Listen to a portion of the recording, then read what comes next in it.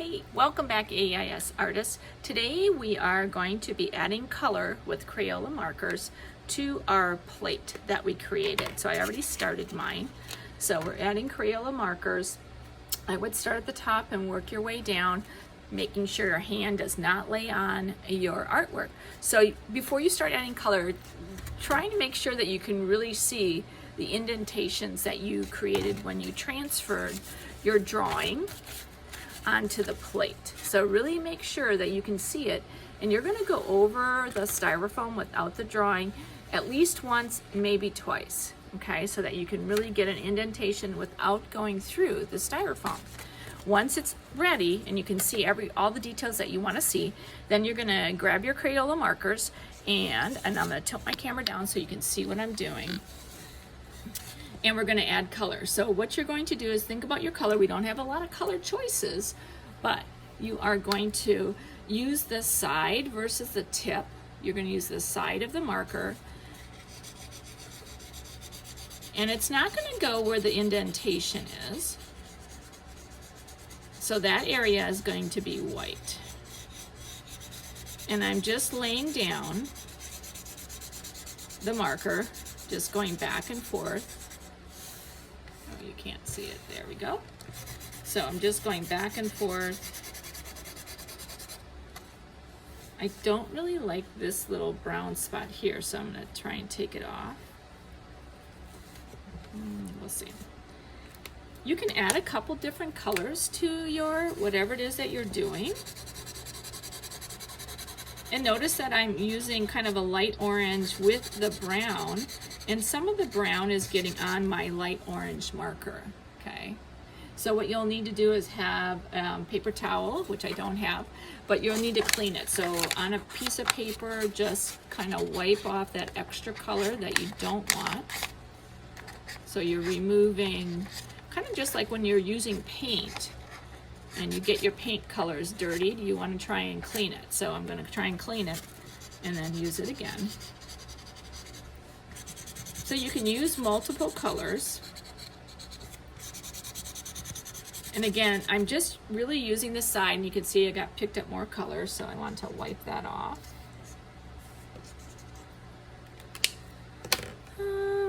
Let's see, for his face, maybe I'm going to try and use a black dot for his eye.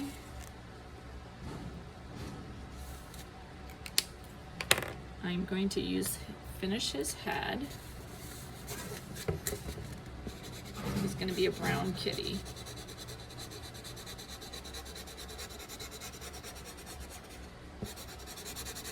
And the first time you do a print, you might not know exactly how it's going to turn out color-wise, so it's always nice to do a test one. You may like your first one, and you may not.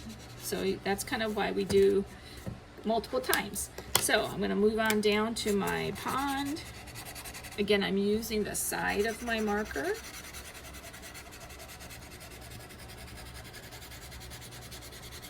And you guys can take your time. You really want to make sure that you're filling in all of the areas. Wherever you don't put color down will be white. So my hand is not laying down on my picture at all.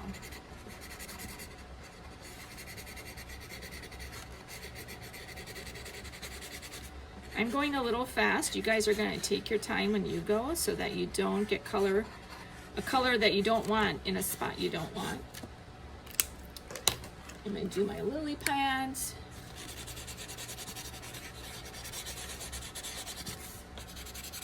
Notice again, my hand is not touching my plate. And my koi fish. And my koi fish, I think I'm just going to make it orange just for quickness. Okay, so I have gotten everything colored. So you can see my whole plate has color on it.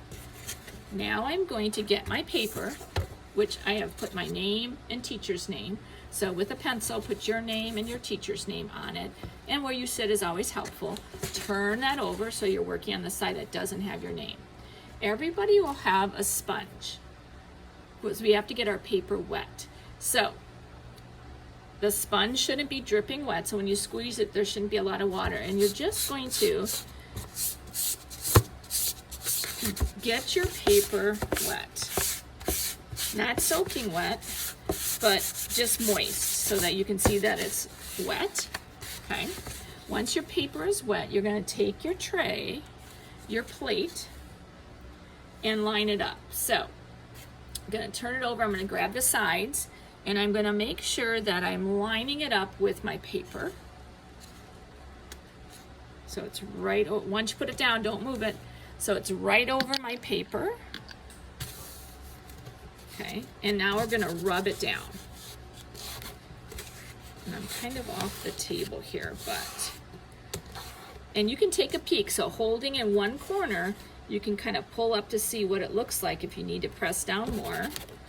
And I'm going to move this so that I can press down it more on the table. Okay, you have to hold it down, because if you move it, if you move your tray on your paper, it's going to do a double line. Okay, so I think I'm good. I'm going to peel it up, and this is what your print can look like. Okay, so this is one I did with multiple colors, and you can see wherever the indentations are, there isn't any color. So the lines aren't going to do any colors. I see that my black for my eyes didn't turn out really well, but I can always add a marker later once this is dry. So this is one pull.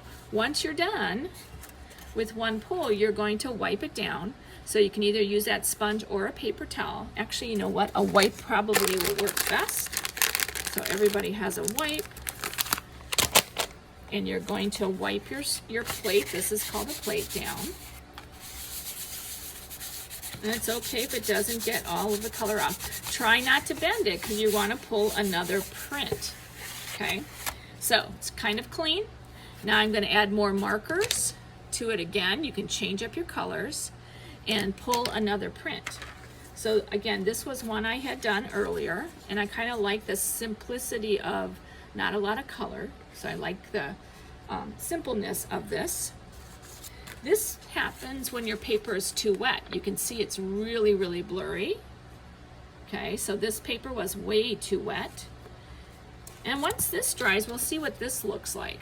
And what I'm going to do once it dries is I'm going to then go back with maybe a Crayola marker, a black one or something, and add the details. So it's still a little wet, but if it was dry, I would go in there and add the eye for the cat. Maybe outline the eye shapes. Get him a little black nose, because again, remember, wherever there's an indentation, there won't be anything. I can add his whiskers so they show up better. And you can outline anything. So like I did on this one, I outlined a lot. So once it's dry, you can add the final details. So enjoy creating your Andy Warhol inspired prints of everyday things that you see. And we're going to be using the Crayola markers to create our print. So let's see how they turn out. I'm looking forward to seeing what you all do and create. Once you've created a couple of them, we might be able to put them all together and have multiple prints on one paper, or you can pick the one that you like the best and mount it on a framing paper. So enjoy Andy Warhol inspired everyday things that you see in your world.